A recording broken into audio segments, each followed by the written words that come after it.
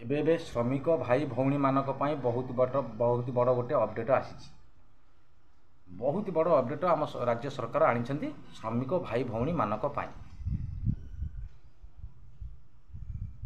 राज्य रे बीजेपी सरकार गठन करू करू प्रथम कैबिनेट बैठक रे किछि आलोचना करथिले आम राज्य सरकार ये कालिया योजना पीएम किसान यही योजना विषय किछि आलोचना प्रथम कैबिनेट बैठक रे आरंभ करथिले।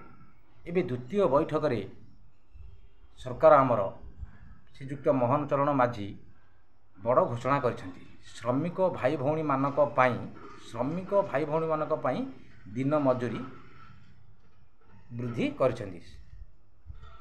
आम राज्य सरकार श्रमिक भाई भौणी मानक पई आ निर्माण श्रमिक मानक पई दिन मजूरी वृद्धि करछंती। पूर्वतन सरकार आमर ओडिशा सरकार पूर्वतन ओडिशा सरकार श्रमिक भाई भौणी मानक पई किछि परिवर्तन करथिले आउ दिन मजूरी मध्य किछि मध्य वृद्धि करथिले आम पूर्वतन ओडिशा सरकार। एबे नूतन सरकार किछि आउ गोटे अपडेट आनिबाकू जाउछंती। सर्वनिम्न मजूरी श्रमिक भाई भौणी मानकर सर्वनिम्न मजूरी कैबिनेट रे हेला मंजूरी सर्वनिम्न मजूरी कैबिनेट रे हेला मंजूरी अणकोशली अर्धकोशली आ उच्च कोशली ये तीन प्रकार विभक्तर को अणकोशली 352 टंका रु 400 टंका वृद्धि करागला दिन मजूरी। अर्धकोशली 450 रु 500 टंका दैनिक मजूरी वृद्धि करागला। उच्च कोशली 500 रु 600 टंका दैनिक मजूरी वृद्धि करागला। आम राज्य सरकार श्रमिक भाई भौणी मानक पाई आउ निर्माण श्रमिक मानक पाई दैनिक मजूरी वृद्धि करछंती आम राज्य सरकार श्रीजुक्त मोहन चरण माझी। एबे राज्य सरकार बीजेपी सरकार ओडिशा को आसिला परे मोहन सरकार धीरे धीरे सबु योजना मानक आरंभ करुछंती। सुभद्रा योजना ये कालिया योजना पीएम किसान योजना रे शामिल कले कालिया योजना हिताधिकारी माने सबू पीएम किसान रे टंका एबाधिक 4-4 हजार टंका ना पाइबे 4-4 हजार टंका ना पाइबे पीएम किसान योजना रे शामिल होबो कालिया योजना बड़ घोषणा करछंती आम प्रिय मुख्यमंत्री श्रीजुक्त मोहन चरण माझी।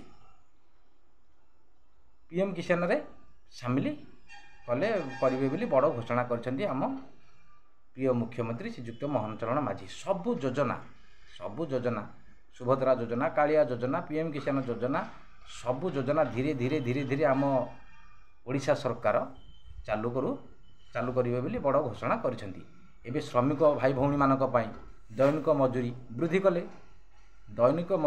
कले 352 टंका रु 400 टंका कले 400 रु 500 टंका वृद्धि कले 500 रु 600 टंका श्रमिक भाई मानक पई दैनिक मजूरी रे वृद्धि करछंती आम राज्य सरकार दैनिक मजूरी श्रमिक भाई मानक पई वृद्धि करछंती राज्य सरकार।